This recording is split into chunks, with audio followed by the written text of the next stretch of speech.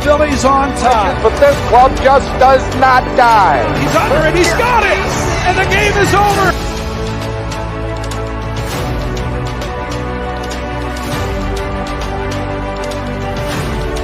Hoskins swung on, crushed, and the Phillies are going to lead it 4-0. Just a towering fly ball to straightaway left. Paul Schwarber was ready. Bryce Harper has put the Phillies on top.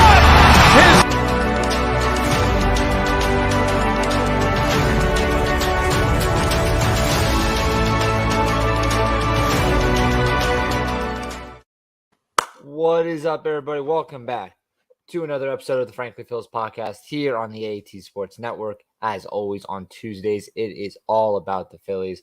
I am your host, Adam Mack. We're going to dive right into it. As you know, the Phrankly Phils Podcast has expanded. On Tuesdays, we are talking primarily about the fight-ins, about the Major League Club. And now on Sundays, we have the Max Minor Report, where we report on the farm, go from low A ball all the way up to triple A. But we're going to focus only on the Phillies on Tuesday nights. And we're going to answer two big questions with the club. There's a lot of rumors floating around with the trade deadline approaching, mostly around the reigning National League Most Valuable Player and Paul Goldschmidt, the first baseman for the St. Louis Cardinals. And we're going to dive a little bit deep into the Phillies leadoff hitter issue, kind of concern that they have right now. So we're going to just dive right into it. Ask the question, very simple. Should Kyle Schwarber be the leadoff hitter for the Phillies? I'm going to give you the short answer, then I'll dive deep into more of the kind of reasons why behind that and kind of produce some other possible options. I'm going to say it, Kyle Schwarber should not be the Phillies leadoff hitter for a few reasons. One, the big and most obvious one, Kyle Schwarber is not a leadoff hitter.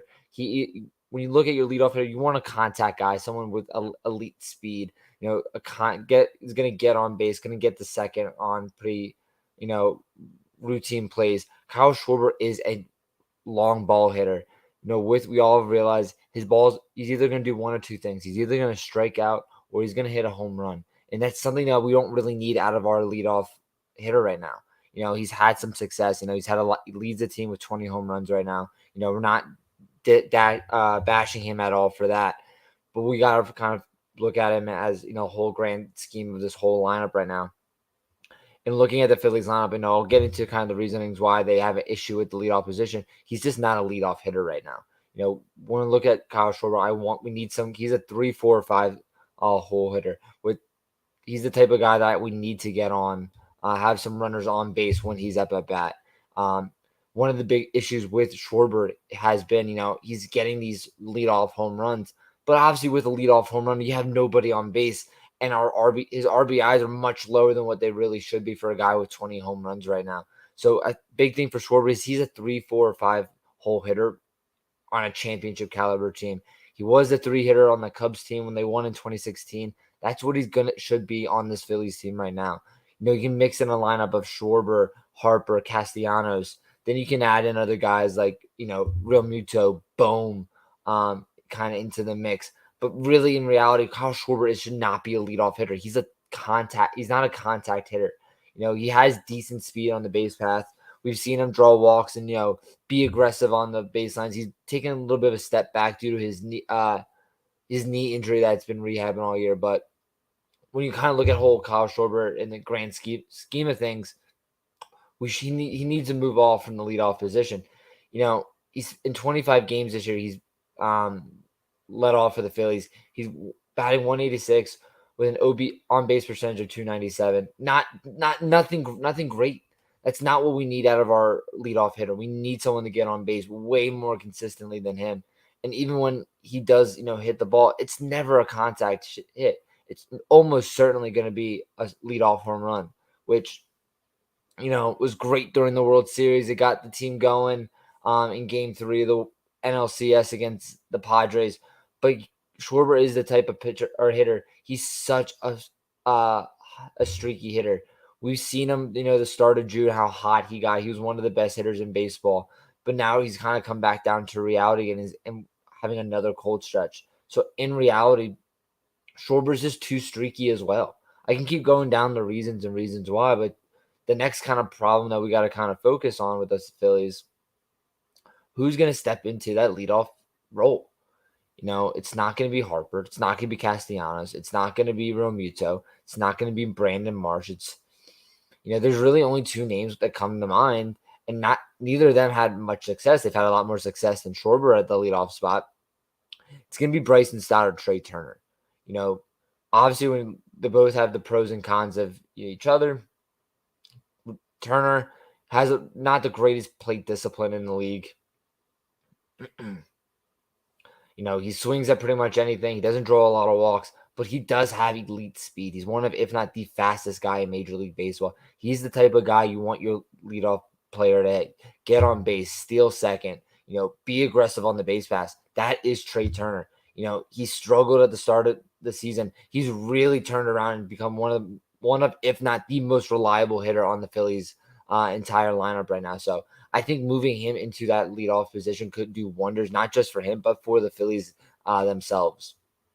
So kind of put Turner, maybe give him another shot. He batted 250, 286, 367 as the leadoff hitter.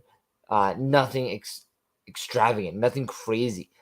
But in reality, he really did struggle at the start of the year, but he's really kind of come together and really meshed well now into this lineup. So I think Trey Turner could be a really good, better option. He's been primarily hitting at that 2-hole and during the month of June, especially when Schwarber kind of took over the leadoff role. I think Turner might be a really good option. Try him again. I think he's a much better player, much more confident, much more relaxed. He's more acclimated to the kind of just the clubhouse, the environment, everything around that. And then we can move over to Bryson Stott. Started off really, really solid. The 18-game hitting streak kind of dipped back down into reality just a little bit. Show him, he's still a very inexperienced ball player, but he is a future Silver Slugger player in this league. That's who he is. He has the ability to hit the ball out. He has the ability to hit the ball, keep the ball in the park. He's an aggressive base runner. I think he really has the tools and has the skill set to be a future Silver Slugger. And I think he would do really wonders as the leadoff hitter. He's not going to be there. He's going to have the games where he has possibly a leadoff home run, but he's going to be a type of guy to get on the base. He's really good plate discipline. He will drag out a walk. He'll take at bats 7-8 pitches long. He does a really good job of being in the plate, keeping the box, and not really swinging at bad strikes or bad pitches. I haven't really seen many pitches out of him throughout the year that I'm like, why are you swinging at that? So he's come a long way since last year as a rookie to what we see him now. Last year for me, there was a lot of question marks surrounding him as, would he adjust to being a second baseman? Was kind of last year a little bit of a fluke for him. Is he going to go back down a little bit more? In reality, the decision to release Didi Gregorius and keep Bryson Stott has been just a brilliant move for the Phillies. And I think he's not only the future long-term second baseman, he's a future Silver Slugger, possibly even future batting champ in Major League Baseball. And, I think putting him at the leadoff position, I think solidifying that role for him for the foreseeable future is going to do absolute wonders for him. I really think that will be a good spot for him, either the one or the two. Like I said, he can hit the ball out. He has the ability to be a power hitter. He also has the opportunity to be a contact hitter. So I think maybe even possibly moving Stott over to the leadoff position. He's kind of bounced around throughout the lineup. He led off for a little bit part of the year. He's kind of gone down to the 6-7 hole right now. I think giving him another shot and being that leadoff. So those are the kind of two options for me right now. Either you go Turner or you go Bryson Stott. But in reality, Kyle Schwarber is not a leadoff hitter for this club. He's too streaky. He has his moments where, he is hot. Schwarber Fest, is an absolute joyous time. However, he just goes on these too big of cold stretches. He's still a great player. Now, obviously, we're not going to talk about his defensive stuff here. I think we need to get him back into the designated hitter hole, as soon as we can. But as the leadoff hitter, I think he's just too much of a hindrance right now on this lineup. So I think moving him, to the 3, 4, 5, possibly even 6 hole in this lineup, I think it's going to do not just wonders for him, but I think just all for this whole lineup. When he's in the 6 hole, he's going to have different guys that, are going to be on base a lot more. He's going to have guys hitting behind him that are going to be able to bat him in a lot more. So I think moving Schwarber down in the lineup has to be the move for this team sooner rather than later, not just for the sake of him, but just for the sake of the team. With Schwarber, he is going to be our home run hitter. He leads the team with 20 home runs. The next closest guy only has 9 home runs. Kyle Schwarber is a power guy, and I think this team will do so much better with runners on base when he's at the plate. Getting these leadoff home runs are phenomenal. They're awesome, gets the team going. But I'd rather have a 3-run home run than a solo home run any day of the week. Any person that knows a lick about baseball will tell you they want 3 runs rather than 1. So I think moving Schwarber down in the lineup, it's not a demotion. It's not saying anything bad about him. I think it's going to do more wonders for this lineup because at the end of the day, Schwarber's not a leadoff guy. He is a power guy. He is a 3-4-5 where you want your strong power hitters. Even moving him down to 6 or 7, Philly has a fairly deep lineup this year. Yes, people go on cold streaks. They go in slumps. They get hot. Harper's on a little bit of slump right now. Every ball player in the history of this game has gone on slumps. But I think moving Schwarber down in this lineup is going to do a lot more benefits for the team and really push the team from, scoring 5 or 6 runs a game to possibly even scoring close to 10 runs a game just because of how good of a bat Schwarber can be. And I just don't think the leadoff spot, we're getting the most out of him right now. So I think moving Schwarber down in that lineup is going to not only help him, but it's going to help the whole team out throughout the season. Now, the other big kind of question, a lot of rumors are floating out. I'm hearing that the rumor is gaining a lot of traction and the trade is possible. The Paul Goldschmidt to the Philadelphia Phillies trade. St. Louis right now, 32-45, 5th in the National League Central. Obviously had high expectations, the defending division champs. Right now the division is still wide open. They could obviously go on a hot streak, but they could be possible sellers at this year's deadline, especially for a guy like Goldschmidt, 37 years old, coming off an MVP season, the pending free agent at the end of the year. More than likely, I would imagine Paul Goldschmidt's on the move at this year's deadline. If St. Louis really believes that they are out of playoff contention, which honestly, it's looking highly likely for them right now. So Paul Goldschmidt, I believe, is going to be on the move. Now, should the Phillies make a move for him? I'm just going to say straight up, you have an opportunity to get the reigning MVP in your lineup and on the field. He's a great hitter. He's a great defensive first baseman.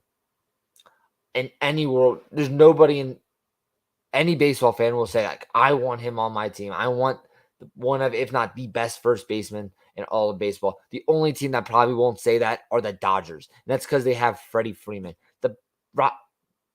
The Astros might not even say because they have Jose Abreu. The Yankees might not say because they have Anthony Rizzo. The Phillies have a massive hole at first base. Now, I know Cody Clemens has kind of come together. I don't think he's really ready to be that long-term first baseman. There is still a possibility that Rhys Hoskins comes back by the end of the year. And now there's obviously the reports that that Bryce Harper is going to move over to the first. So there's so many different things that they can do. Obviously, I think priority number 1 is getting Schwarber out of left field and into the designated hitter spot. If you do that, you need to put Harper into the field. And the only place that Harper can play right now, and probably for the foreseeable future of the season, is at first base. So there's a lot of questions, but we're going to stick to the main one. Should the Phillies trade for Paul Goldschmidt? Because they have so many other, in order to get Paul Goldschmidt, that's going to keep Harper in the designated hitter spot, which would keep Schwarber in left field, I'm going to say absolutely not. Again, I would love to add the reigning MVP to our team.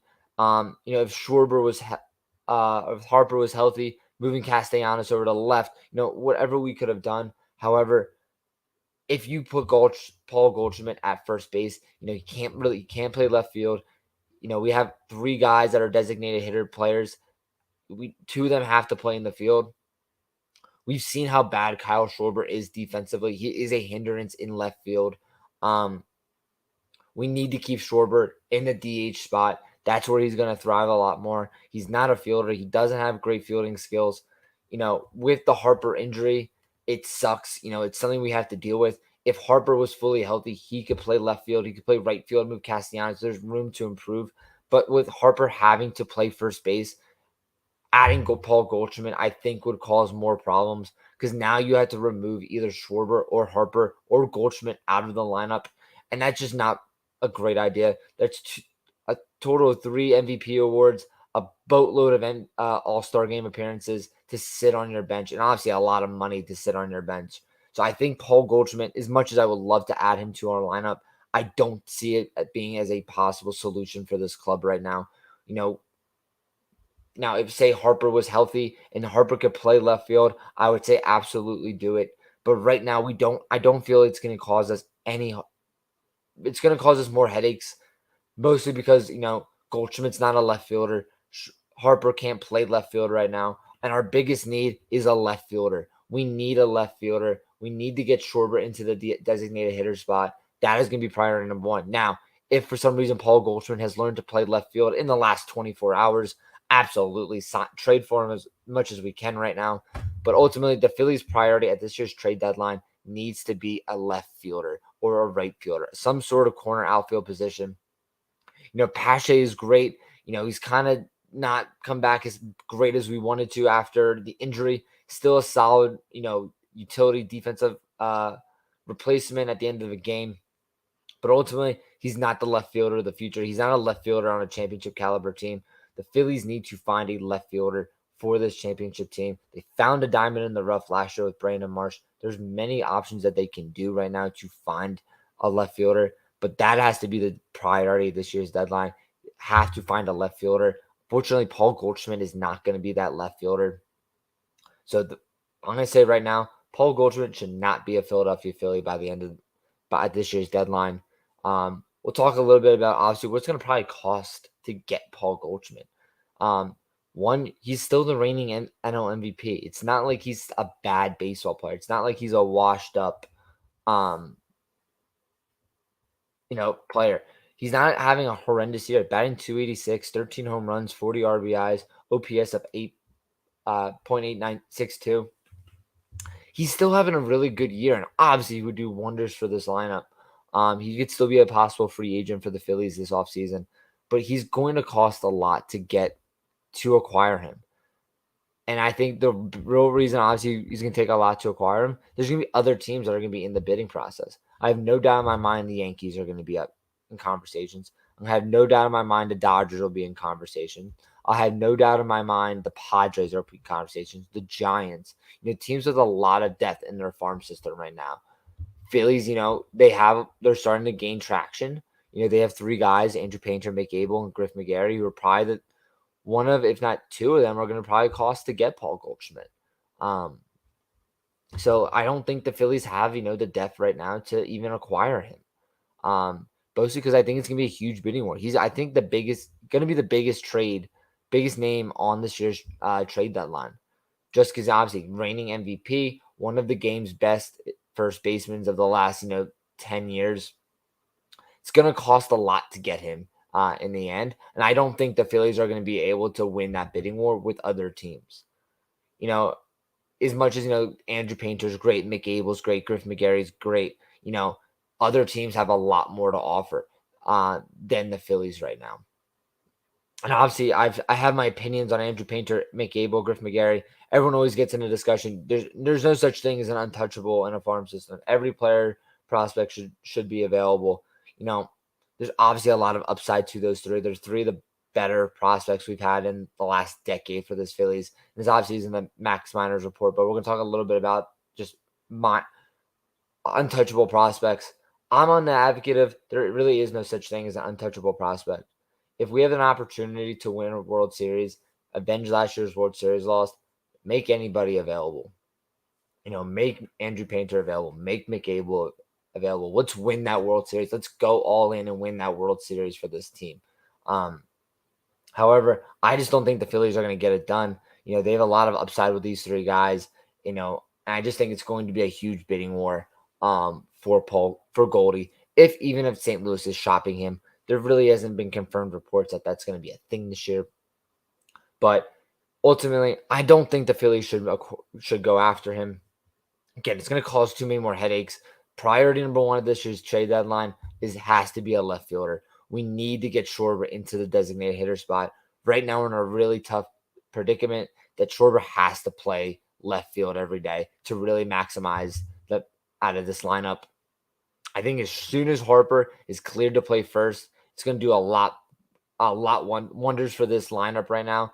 You can get Cody Clemens, not as much as great as he's been. We can find Pache can take on more of a role in left field for the time being. But I think that at this year's deadline is going to be priority. Find a left fielder, get that going for the team, and get Schwarber in a DH spot, get Harper at first. So those are the two big questions. Should Kyle Schwarber be a leadoff hitter? I say no. I think he needs to be a 3-4-5 guy. I say give Trey Turner or Bryson Stott another opportunity. I think you'll be pleasantly surprised with either one. I personally like Bryson Stott and Turner too. I thought that 1-2 punch worked really, really well for the club. And then you can go any combination of Harper, Schwarber, Castellanos, Bohm, Real Muto from 3 to 7, honestly. So there's a lot of options for there, but I think Bryson Stott, Trey Turner 1, Bryson Stott 1, Turner 2. Both of them are very aggressive on the base backs. Both of them are really good speeds. Both of them have the ability to hit the ball out, but are mostly primary contact hitters. And I think moving Schwarber down in the lineup, I'd rather him have opportunity for runners on than be that leadoff guy. And then the last one is Paul Goldschmidt a future Philly? Probably not. Unfortunately, he's probably not. I would love to have the reigning NL MVP on our team, one of the game's best first basemen. Ultimately, it's going to cause the team too many headaches for what we need right now versus what he is. Ultimately, we need a left fielder. Unless Paul Goldschmidt knows how to play left field, or for some reason Bryce Harper is magically allowed to throw in the next week or so, Paul Goldschmidt's not going to be a Philly. I would love for this to happen. Could be a possible free agent pick, but God only knows with this team. But like we said, with these new shows, the Phrankly Phils and the Max Miners Report, they're not super long shows. They're going to be very 20 to 30 minutes max. Short and sweet to the point. We got no reason to drag these on. It's just me, and I get bored listen to myself talk anyway. Make sure you like, share, and subscribe to all the different shows, different content creators. We got all your different sports covered. Obviously, follow me on Twitter, Adam Mack, MLB. I cover all the Phillies and minor league teams. Make sure you tune in on Sunday for the Max Minor Report. Got a very special guest on this week. And obviously, make sure you tune in every Tuesday for the Phrankly Phils Podcast. As always, I'm Adam Mack, and we will see you all